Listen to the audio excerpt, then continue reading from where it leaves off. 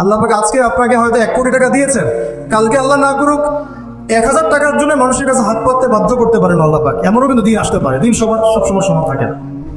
আজকে আপনার কাছে 1 কোটি টাকা আছে, কিছু মনে হচ্ছে না। কালকে কে জানে, আল্লাহ না করুক যে 1000 টাকা কারোর কাছে চাইতে হচ্ছে, 1000 টাকার জন্য ঠেকে গেছে, হতে পারে না? তো রিজিককে মানুষ তাজিম না করলে রিজিক দূরে চলে যায়। দুটো বিষয় খেয়াল রাখবেন, দুটো বিষয়। এক হচ্ছে মাঝে মাঝে মনের মধ্যে কিছু আমল করার ইচ্ছা আসে না? মনে হলো যে আচ্ছা একটু 10 টাকা পড়ি, মনে হয় মাঝে মাঝে মনে হয় না? ওই সময় এই যে মনের মধ্যে যে এই ইরাদাটা জাগ্রত হওয়া, এটাকে আমরা বলি ওয়ারিদ। অন্য ভাষায় আপনি বলতে পারেন মেহমান। কি বলতে পারেন? এটা আল্লাহর পক্ষ থেকে আপনার কলবের মধ্যে মেহমান হিসেবে এসেছে। এখন আপনি যদি আমলটা করেন, সেই মেহমান বারবার আপনার কলবে আসবে। যদি আপনি ওই সময় আমলটা না করেন, মেহমান চলে যাবে, মেহমান অসম্মানিত হলে পরে আর আসবে না। একইভাবে রিজিক আল্লাহ পাক দিয়েছেন, এর তাজিম যদি করতে পারেন রিজিক বেশি আসবে। রিজিকের তাজিম সম্মান করতে না পারলে রিজিক আসবে না, বেশি কমে যাবে। উসমান রাদিয়াল্লাহু আনহু সবচেয়ে ধনী ছিলেন না? কেন জানেন? কেন? এটা কি জানেন কেন ধনী ছিলেন? একে তো তিনি প্রচুর দান সদকা করতেন, এটা তো আপনারা জানেনই। আরেকটা জিনিস অনেকে জানে না, তিনি উটের পিঠে বসেছিলেন, কিছু একটা খাচ্ছিলেন, এই 2-1টা দানা পড়ে গেছে নিচে। উটের পিঠ থেকে নেমেছেন, নেমে সেই দানা উঠিয়েছেন, পরিষ্কার করেছেন, ধুয়েছেন, আবার খেয়েছেন। তার এই 2-4টা দানার কোনো কিন্তু মানে পরোয়া না করলেও চলে, তার প্রচুর অর্থ সম্পদ আছে।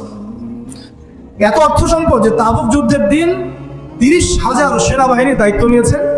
30,000 সেনাবাহিনী দায়িত্ব নিয়েছেন, সেনাবাহিনী যাবে, থাকবে, খাবে, তাবু টাঙাবে, সব দায়িত্ব তার। 30,000 সেনাবাহিনীর দায়িত্ব নেওয়া কি 4 টাকারই কথা?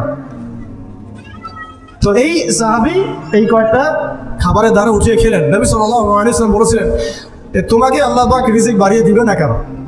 তুমি রিজিকের যে তাজিম, যে সম্মান তুমি করো, এর বদৌলতে আল্লাহ পাক তোমাকে বেহিসাব রিজিক দিবেন। দুইটা বিষয় খেয়াল রাখবো। আমলের মেহমান হৃদয়ের মধ্যে আসলে তাকে ফিরায় না দেওয়া, তাহলে সেই মেহমান কিন্তু আর আসবে না। মেহমানকে মূল্যায়ন করলে মেহমান বারবার আসবে। আর রিজিকের তাজিম না করলে রিজিক কিন্তু আপনার ঘরে বেশি বেশি আসবে না। এমনি তো হারামের যুগ, এমনি সুদের যুগ, এমনি ঘুষের যুগ। অলমোস্ট এভরি ফ্যামিলি সুদখোর এখন, অলমোস্ট এভরি ফ্যামিলি। মেয়েরা স্পেশালি যারা শাশুড়ি টাইপের, আপনার মাইন্ড করেন না, তাদের সাইকোলজি যে এতই নিচে নেমে গেছে এখন যে আমার মেয়ে জাহান্নামে যায় যাক, হ্যাঁ আমার মেয়ে জাহান্নামে যায় যাক, সমস্যা নাই, দুনিয়াতে সে যেন ভালো থাকে। এটা কেন বললাম? একটা সুদখোরের ঘরে তুলে দিতে সে দ্বিধাবোধ করতেছে না, একটা দুর্নীতিবাজের ঘরে তুলে দিতে দ্বিধাবোধ করতেছে না, একটা ঘুষখোরের ঘরে তুলতে দ্বিধাবোধ করতেছে না, হ্যাঁ একটা মানে কি বলবো মাদক সেবী, ড্রাগ এডিক্টেড বা এই যে আর কি বলো ফাসিক জালেম, এই ধরনের ঘরে উঠাই দিতেও সে দ্বিধাবোধ করছে না। 5তলা বাড়ি চাই আমার মেয়ে 5তলা বাড়ি থেকে সুখে থাকবে। এই যে সুখের ডেফিনেশন এখানে দিয়েছেন আপনারা। এই জন্য কত হাজার হাজার মেয়ের জীবন নষ্ট করে দিয়েছেন আপনারা। আমার কথা মাইন্ড করে না, হাজার হাজার মেয়ের জীবন মায়া নষ্ট করে দিয়েছে শুধুমাত্র মেয়েদের দুনিয়াবি সুখ এর সংজ্ঞাটা বুঝতে ভুল করার কারণে। এর নাম যদি সুখী হইতো তাহলে অমুসলিমরা সুখী না কেন? পশ্চিমারা সুখী না কেন? ওরা আত্মহত্যা করে কেন? এভাবে মেয়েদের জীবন নষ্ট করেছে। অথচ অল্প যদি হালাল রিজিকও হতো, আল্লাহ পাক তাকে বরকত দিতেন, সুখে থাকতো। আল্লাহ পাক আপনাদেরকে রিজিকের মূল্য বোঝা, তাজিম করার তৌফিক দান করেন, আমিন। তো অনেক ভিতরে চলে যাচ্ছে আমি, সময় আমাদের হাতে আরো শর্ট হয়ে আসতেছে। তো এখানে একটা কথা বলে দিব যে রিজিকের প্রসঙ্গ যেহেতু আসছে, যে হালাল খেতে হবে আমাদেরকে, হারামের দ্বারস্থ হওয়া যাবে না। আপনার স্বামী যদি হারাম খায়, আপনি স্বামীকে বুঝান, তাকে ওই চাকরি ছেড়ে দিতে আপনি উৎসাহিত করেন।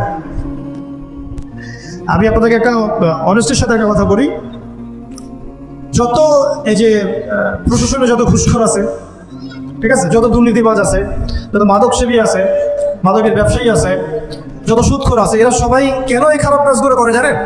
তার স্ত্রীকে ভালো রাখার জন্য, তার মাকে ভালো রাখার জন্য, তার সন্তানদেরকে ভালো রাখার জন্য। তাহলে স্ত্রী হিসেবে, সন্তান হিসেবে, মেয়ে হিসেবে আপনি বলবেন যে আমাদের এইসব ভালোর দরকার নাই আব্বু, হে আমার প্রিয় স্বামী, আমার এসব ভালোর দরকার নাই, হে আমার ছেলে, আমার এসব ভালোর দরকার নাই, তুই হালাল পথে থাক, ওইখানে তুই আমাকে ডাল ভাত খাওয়া, আমি খুশি আছি। এইভাবে আপনারা তাদেরকে মোটিভেট করেন, দেখবেন সমাজে হারাম কমে গেছে সব। আর হারাম খাওয়া এই ছেলে মেয়েগুলোও কিন্তু মানুষ হবে না। হারাম খাওয়াতে ছেলে মেয়েগুলো রক্ত মাংস করে উঠছে, এরাও কিন্তু মানুষ হবে না। আল্লাহ পাক আমাদেরকে হালাল খাবার তৌফিক দান করেন, এবং হালালের জন্য আপনাদের ভূমিকা অনেক বেশি। আমরা উত্তরবঙ্গ সহ দেশের বিভিন্ন জায়গায় সফর করে যেটা দেখেছি, যত সুদী এনজিও আছে না, এনজিওগুলোর মধ্যে মহিলাদের নামই বেশি, জানেন? মহিলাদের নাম বেশি সুদী এনজিওতে। তো এই দাওয়াতগুলো আমরা মা বোনদেরকে দিতে চাই যে কোনো অবস্থাতে যেন হারাম রিজিকের দিকে আপনারা না ধাবিত হন এবং রিজিকে তাজিম করেন, পরিবারের মধ্যে হৃদ্যতা ভালোবাসা বজায় রাখেন, একে অপরকে বিশ্বাস, সম্মান এবং শ্রদ্ধা করেন। ইনশাআল্লাহ তাআলা আপনাদের পরিবারও সুখী হবে, রিজিকও সুন্দর হবে এবং রিজিকে বরকত হবে ইনশাআল্লাহ। এরপরে আমি আর দু একটা পয়েন্ট নোট করেছি, বলে শেষ করে দিচ্ছি যে এটা স্পেশালি আমি আমাদের ওইসব দিনই বোনদেরকে বলতে চাচ্ছি যে বোনেরা এখনো বিয়ে শাদী করেন নাই। সেটা হচ্ছে যে বিয়ে করার আগেই দিনের বেসিক লেখাপড়া শেষ করেন। এত পাগল হওয়ার দরকার নেই। চরিত্র হেফাজত হচ্ছে না, রোজা রাখেন, ঠিক আছে? দিনই পড়াশোনা আগে শেষ না করে বিয়ে করতে যায় না। বহু আলেমা যারা মাদ্রাসা লাইনের ছাত্রী ছিল, দিনই পড়াশোনা শেষ না করে বিয়ের পিড়িতে বসার কারণে কেরিয়ার ধ্বংস হয়ে গেছে। বিয়ে পরে করেন, আগে পড়াশোনাটা, তুলনামূলক পড়াশোনাটাকে শেষ করে নেন। তুলনামূলক পড়াশোনা শেষ করতে 18 থেকে 20 বছর বেশি লাগে না। যদি আপনি শুরু থেকে শুরু করেন, একদম 18 থেকে 20 বছর হতে হতে আপনার পড়াশোনা মোটামুটি শেষ হয়ে যাবে। আর যে সাবজেক্টগুলো বললাম আমি, ওইগুলোই বেসিক পড়াশোনা। এখন এটা হয়তো সবার ভাগ্যে নসিব নাও হতে পারে, সেক্ষেত্রে বিকল্প অপশন আমরা যাব। কিন্তু আগে মূলনীতি হচ্ছে একটা লেভেল পর্যন্ত পড়াশোনা করার পরেই বিয়ে করেন, কারণ বিয়ের পরে আপনার যত রেসপন্সিবিলিটি আসবে, এটা তখন পড়াশোনা মেনটেন করা এতটাও সহজ না, প্রায় অসম্ভবের পর্যায়ে পড়বে। আর দু একটা বাচ্চা কাচ্চা হয়ে গেলে তো তখন আর কোনো কথাই নেই। তাহলে আপনারা কি আমাদেরকে আয়েশা রাদিয়াল্লাহু আনহার মতো একটা প্রজন্ম দিতে পারবেন না? যদি এটা আপনাদের উদ্দেশ্য হয়, সেক্ষেত্রে কি পড়াশোনা শুরু থেকে করা উচিত না? এখন এই সুযোগটা আমাদের সব বন্ধুদের সামনে হয়তো থাকে না, এই জন্য আমরা বললাম যে বিকল্প অপশনগুলোতে আপনারা দিন শেখার চেষ্টা করেন। আর এরপরে যখন বিয়ে করবেন, পড়াশোনা মোটামুটি শেষ হয়েছে, বিয়ে করবেন, এখন 18-20 বছর বয়স হয়ে গেছে, এখন আল্লাহর রাস্তে দুনিয়াবি বিষয়কে সর্বোচ্চ অগ্রাধিকার দিয়েন না। আজীবন পস্তাবেন, এবং একবার পস্তানো শুরু করলে এই পস্তানো আজীবনও শেষ হবে।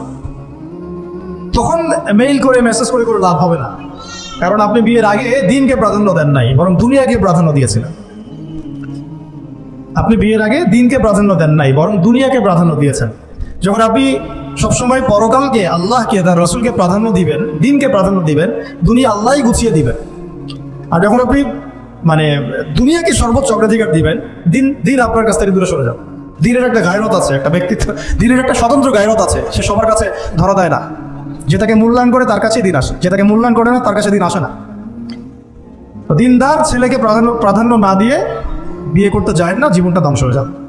হ্যাঁ, আমি বলছি না দিনদার ছেলে মাদ্রাসাতেই থাকে না, জেনারেল লাইনেও থাকতে পারে, ডক্টরও হতে পারে, ইঞ্জিনিয়ারও হতে পারে, কিন্তু এটা বাহ্যিকভাবে এটাকে জাস্টিফাই করাটাও ডিফিকাল্ট। কিছু ক্রাইটেরিয়া দেখে আপনি একটু আন্দাজ করতে পারেন, পুরোপুরি হয়তো কখনোই বুঝতে পারবেন না। সেটা হচ্ছে দিনের প্রতি তার ফিকির কেমন, দিন নিয়ে তার কাজ কেমন, তার লাইফস্টাইল কেমন, তার পরিবার কেমন, কোন পরিবেশে সে বড় হয়ে উঠেছে, তার একাডেমিক্যাল সার্টিফিকেট কেমন, তারপরে তার দাওয়াতের মেহনতে অ্যাক্টিভিটিস আছে কিনা, বা ব্যবসা হালাল কিনা, বা চাকরিটা হালাল কিনা, নামাজ ঠিক আছে কিনা, তার মধ্যে সুন্নাহ আছে কিনা, এগুলো কিছু বাহ্যিক সাইন যেগুলো দেখে আমরা একটা আইডিয়া নিতে পারি। তারপরে বলবো যে এখানে 100% আপনি এনশিওর হতে পারবেন না, ওইটা আল্লাহ পাকের হাতে। তো ওইটাও যদি এনশিওর করতে চান তাহলে কি করতে হবে? তাহলে নিজেকে দিনদার হতে হবে। আমি নিজে যদি ভালো দিনদার হই তাহলে ইনশাআল্লাহ আল্লাহ পাক আমাকে দিনদার স্ত্রী দিবেন। নিজে দিনদার না, তাহলে কি রেডিমেড দিনদার ছেলে আসবে? কখনই আসবে না। দোয়া করতে হবে, রব্বানা হাব লানা মিন আজওয়াজিনা ওয়া যুররিয়াতিনা কুররাতা আয়ুন ওয়াজআলনা লিল মুত্তাকিনা ইমামা। দোয়া করতে হবে যে রব্বি হাবলি মিনাস সালিহিন, রব্বি হাবলি মিন লাদুনকা যুররিয়াতান তাইয়্যিবা ইন্নাকা সামিউদ দুআ। এই বিষয়গুলো থেকে খেয়াল রাখবেন। আর শরীয়তের মেজাজ মাথায় রাখা, শরীয়তের মেজাজের কথাটা আজকে এই জন্য বলছি যে আমরা আমাদের দেশে যে প্রবলেমটা দেখি, ইসলামের পূর্ণাঙ্গ বিষয়গুলো মানুষ মাথায় রাখতে চায় না। ইসলামে যেমন নামাজ, রোজা, হজ, যাকাত আছে, ইসলামে কিন্তু দাওয়াত, তাবলীগ, জিহাদও আছে, তাই না? ইসলামে কিন্তু শরিয়া আইনও আছে, হুদুদ, কিসাস আছে, ইত্যাদি আছে। আমাদের সমাজে দেখেন নামাজ শব্দ পরিচিত, কিন্তু কিসাস শব্দ পরিচিত না। কিসাস মানে কয়জন জানেন? কিসাস শব্দ অর্থ কি? অনেকেই জানে না। কিন্তু কিসাস একটা কোরআনের একটা ফান্ডামেন্টাল বিধান, যে কেউ যদি আপনার চুরি করে হাত কেটে ফেলতে হয়, কেউ যদি ব্যভিচার করে বেত্রাঘাত করতে হয়, বিবাহিত হলে রজম করতে হয়, কেউ যদি মোরতাদ হয় তারও মৃত্যুদণ্ড শাস্তি আছে, কেউ সাতেমে রাসূলকে গালি দিয়েছে তারও মৃত্যুদণ্ড আছে। এরকম অনেক বিধান আছে, হুদুদ এবং কিসাস আছে। হত্যার বদলে হত্যা, চোখের বদলে চোখ, জানের বদলে জান। আমাদের সমাজে এগুলো পরিচিত না। নামাজ পরিচিত কিন্তু, তাসবিহ তাহলিল পরিচিত, ঠিক আছে। এরকমই সমাজেও বহু বিবাহ এটা অপরিচিত। হ্যাঁ, আপনি একটা বিয়ে করে বাইরে 4টা 5টা 6টা মেয়ের সাথে খারাপ সম্পর্ক করলে সমাজ এটাকে প্রমোট করে, এটাকে কাছে আসার গল্প নাম দেয়। কিন্তু একটা মেয়ের পুরো জীবনের রেসপন্সিবিলিটি আপনি নেবেন হালালভাবে, তখন সমাজ আপনাকে বাঁকা চোখে দেখবে, বিতর্কিত করবে। তো আমরা এখনও ওই ইসলামের ওই মেজাজে যাইতে পারি নাই। আমার মেয়েকে বড় করার সময় এটা তার মাথায় ছোট থেকে দেওয়া উচিত যে হ্যাঁ, ইসলামে কিন্তু বহু বিবাহের ব্যাপারও আছে, ওকে ওইভাবে ওই মেজাজেই বড় করা উচিত। এখানে আরেকটা প্রশ্ন আসতে পারে যে এটা তো ঐচ্ছিক। অবশ্যই ঐচ্ছিক, কেউ চাইলে করতে পারে, কেউ চাইলে নাও করতে পারে, সবার উপর এটা ফরজ না, কখনোই না। এবং এটাকে আমরা বড় স্কেলে এটাই সুন্নত এটাও বলতে পারবো না। ওইটা একটা নির্দিষ্ট প্রেক্ষাপটে অ্যাপ্লাই করার বিষয় ছিল। যেমন উহুদের যুদ্ধ হয়ে গেছে, অনেক মেয়ে এতিম হয়ে গেছে, এখন এই মেয়েগুলো দায়িত্ব কে দিবে? বহু বিবাহের ব্যাপারটাতে আসলো তখন সূরা নিসার আয়াত যে তোমরা এখন পছন্দ হলে মাসনা সুলাসার উপর করতে পারো। এটা কাউকে ফরজ করা হয় নাই, কারোর উপরে ফরজ করা হয় নাই। যার সামর্থ্য আছে তোমরা করতে পারো। খালাস, ওই মেয়েগুলোর দায়িত্ব নিয়ে নেওয়া হলো রাষ্ট্রীয়ভাবে, এবং তারা সম্ভ্রম পেলো, সম্মান পেলো, গার্ডিয়ানশিপ পেলো, তাদের সমস্ত অধিকার ফিরে পেলো। এটা ইসলামের একটা বিধান আছে। একেবারে এটাকে বাদ দিয়ে এটাকে অস্বীকার করা, কুফরি করলে কিন্তু কোরআনের সাথে আপনার কুফরি হয়ে যাবে। আপনার নিজস্ব রুচিবোধ থাকতে পারে যে আমি এটাকে পছন্দ করি না, সেটা আপনার ডিসিশন, এটা কোনো সমস্যা কিছু নেই। এমনকি ইসলাম আপনাদেরকে বলেছে যে মেয়ের অনুমতি ছাড়া তাকে বিয়েও দেওয়া যাবে না। সবার নিজস্ব জায়গা থাকতে পারে, কিন্তু ইসলামের প্রত্যেকটা বিধানকে মাথায় রাখা যেটা ইসলামের একটা অংশ। না হলে আমরা অনেক সামাজিক সমস্যার সমাধান দিতে পারবো না। বাংলাদেশে এখন 6 লক্ষ মেয়ে আছে যারা ইতিম, অবিবাহিতা, বিধবা, আরও বেশি। আমরা রাষ্ট্রীয়ভাবে তাদের কোনো ব্যবস্থা করতে পারবো না, সম্ভব না। তো এইখানে মেয়েদেরকে, যেহেতু মেয়েদের মধ্যে আমি কথাগুলো বলছি, এই জন্য আমি এই কথাটা টাচ করলাম যে ইসলামের পূর্ণাঙ্গ বিষয়গুলো আমাদের মাথার মধ্যে রাখা, যে আমাদের যেন এমন কোনো বিষয়কে অস্বীকার করে না বসে যেটা আবার আমাকে ইমান থেকে বের করে দিবে। আমার নিজের আমল না হতে পারে, আমি নিজে সেটা পছন্দ না করতে পারি, বা আমার মতামত থাকতে পারে, সেটা আলাদা ইস্যুস। কিন্তু ইসলামের বিধানগুলোকে আমরা কোনোভাবে যেন ডিনাই করতে না যাই, এটা আমাদের মাথায় রাখতে হবে। আর এটা সমাজের কল্যাণের জন্য আল্লাহ রাব্বুল আলামিনের পক্ষ থেকে একটা এখতিয়ার দেওয়া হয়েছে। আর দুটা বিষয় বলে শেষ করে দিচ্ছি, সেটা হচ্ছে ওই যে ইলমের কথা বলেছিলাম শুরুতে, এর সাথে আমি আমার ব্যক্তিগত জীবন থেকে বলছি আর 3টা জিনিস ইলমের সাথে খুব বেশি কানেক্টেড, এটা মাথায় রাখবেন। একটা হচ্ছে আদব। একটা কি? আদব রক্ষা করতে না পারলে ইলম অর্জন করতে পারবেন না। তাই আদব রক্ষা করার জন্য আমাদেরকে ওই জেনারেল লাইনে পড়াশোনার মেজাজটা ত্যাগ করে আসতে হবে। আমরা ওইখানে যে মেজাজে পড়াশোনা করি, ওই মেজাজটা আমাদেরকে একটু কর্পোরেট হতে শেখায়। মানে আমি বেতন দিয়েছি 500 টাকা, আমি 500 টাকা ক্লাস পেলাম না কেন, তাই না? মেজাজটা এরকম আর কি। অথচ এখানে ওস্তাদের দোয়া নেওয়ার জন্য আমাদেরকে সিরিয়ালে দাঁড়িয়ে থাকতে হবে। এটা হচ্ছে এই প্ল্যাটফর্ম, এটা হচ্ছে ওই অন্য জায়গা। এখানে একজন নবী হয়েও মুসা আলাইহিস সালাম যুগের পর যুগ হাঁটছেন এমন একজন ব্যক্তির সাক্ষাতের জন্য যিনি তার চেয়ে বেশি জ্ঞানী, তার নাম খিদর আলাইহিস সালাম, যিনি তাকে সাথে নিতে চাচ্ছেন না। তিনি বলছেন যে ইন্নাকা লান তাস্তাতিআ মা'ইয়া সাবরা, তুমি তো আমার সাথে ধৈর্য ধরতে পারবে না। কিন্তু মুসা আলাইহিস সালাম তারপরে চললেন, বারবার প্রশ্ন করলেন, কিন্তু শেষ পর্যন্ত সম্পর্ক কিন্তু নষ্ট হয়ে গেল। মনে আছে কি হাদিস সূরা কাহফের কথা বলছে। তো এটা হচ্ছে এই ইলমের জায়গাটা এমন একটা ইলমের জায়গা যেখানে আদব রক্ষা না করলে ইলম পাওয়া যাবে না। আরেকটা বিষয় হচ্ছে তাসকিয়া, ইলম অর্জন করে উস্তাদের কাছ থেকে দোয়া নেওয়া এবং আত্মশুদ্ধি অর্জন করা। মনের মধ্যে কোনো হিংসা না রাখা। আমাদের সবার এখন মনের মধ্যে যে হিংসা দিয়ে ভর্তি, হিংসাগুলোকে ছেড়ে দেন, মন বড় করে ফেলেন, আল্লাহর জন্য ছেড়ে দেন। হিংসা ত্যাগ করেন, গীবত করা বন্ধ করে দেন, অপবাদ দেয়া তো একেবারেই নিষেধ, পরশ্রী কাতরতা ছেড়ে দেন, মনটাকে একদম খালেজ করে রাখেন। একদম সাহাবী সম্পর্কে নবীজি বলছেন, এই যে এখন যে সাহাবী ঢুকবে মসজিদে ও জান্নাতি, সবাই আগ্রহ নিয়ে বসে আছে, কে এসে ঢুকলেন জান্নাতি। পরের দিনও সেম কথা, এখন যে ঢুকবে সে জান্নাতি। সেম সাহাবী ঢুকলেন, পরের দিনও সেম কথা, এখন যে ঢুকবে সে জান্নাতি। সেম সাহাবী ঢুকলেন। এবার একজন সাহাবী কৌশল করে তার বাসায় গেলেন, দেখি তো কি আমল করে সে। তো দেখলেন তো রাত্রেবেলা তাহাজ্জুদও উঠতেছে না, এসব নামাজ পড়ে ঘুমায় গেছে, ফজরের নামাজে উঠলো। তো 3 দিন থাকলেন, 3 দিন সেম। তখন তিনি বললেন, আচ্ছা ভাই, তোমার ব্যাপারে নবীজি এরকম মন্তব্য করেছে, তোমাকে তো এমন করে খাস আমল করতে দেখলাম না। তো তিনি বলছেন, আচ্ছা একটা বিষয় হতে পারে, আমি অত বেশি আমল হয়তো করি না, কিন্তু আমি যখন ঘুমাতে যাই আমি সবাইকে মাফ করে দিয়ে ঘুমাই।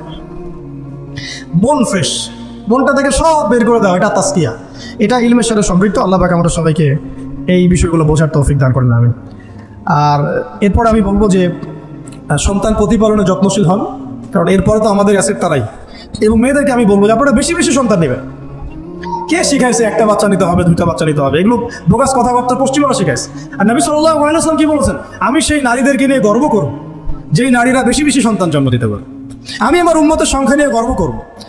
হ্যাঁ, সবার ফিজিক্যাল কন্ডিশন এক না হতে পারে, কিন্তু এই মানসিকতাটা ত্যাগ করতে হবে যে আমার একটাই, দুটি সন্তানের বেশি নয়, একটি হলে আরও ভালো হয়। এসব পশ্চিমা তন্ত্রমন্ত্র বন্ধ করতে হবে। ঠিক আছে, এরপরে বলবো যে মিডিয়া দিয়ে, আচ্ছা, এই সন্তান প্রতিপালনের ক্ষেত্রে একটা কথা বলে দেই যে প্যারেন্টিংয়ের অনেক বই বাজারে বের হয়েছে, প্যারেন্টিং টিপস আছে। এই প্যারেন্টিংটা নিয়ে আলাদা ইনশাল্লাহ একদিন সেশন করবো, এখানে অনেক কথা বলার আছে। সন্তান প্রতিপালন একটা শিল্প, সন্তান প্রতিপালনটা একটা শিল্প, খুব ধৈর্যের কাজ, সবরের কাজ, লেগে থাকার কাজ। সন্তানকে সময় দেওয়া, ওর খাবারের দিকে খেয়াল রাখা, ওর মানসিকতার দিকে খেয়াল রাখা, ওর ফিজিক্যাল অ্যাক্টিভিটিস দিকে খেয়াল রাখা, ওর মানে আত্মা দূষিত হয়ে যাচ্ছে কিনা এটা খেয়াল রাখা, ওর ভালো একাডেমিক পরিবেশ নিশ্চিত করা, ভালো ওস্তাদ দেওয়া, ওর সাথে মেশা, ওকে আদর করা, অনেক কিছু আছে। এটা নিয়ে ইনশাল্লাহ আমরা একদিন আরেকটা সেশন করবো ইনশাল্লাহ। তো সন্তান প্রতিপালনের সাথে আমি বলবো যে প্রচলিত যে মিডিয়াগুলো, এই জি বাংলা, স্টার জলসা, এই যে পিছনে লেখা আছে যে অপসংস্কৃতি, এক কথায় বিজাতীয় অপসংস্কৃতি, এই মিডিয়াগুলো বাসা থেকে বন্ধ করে দেয়।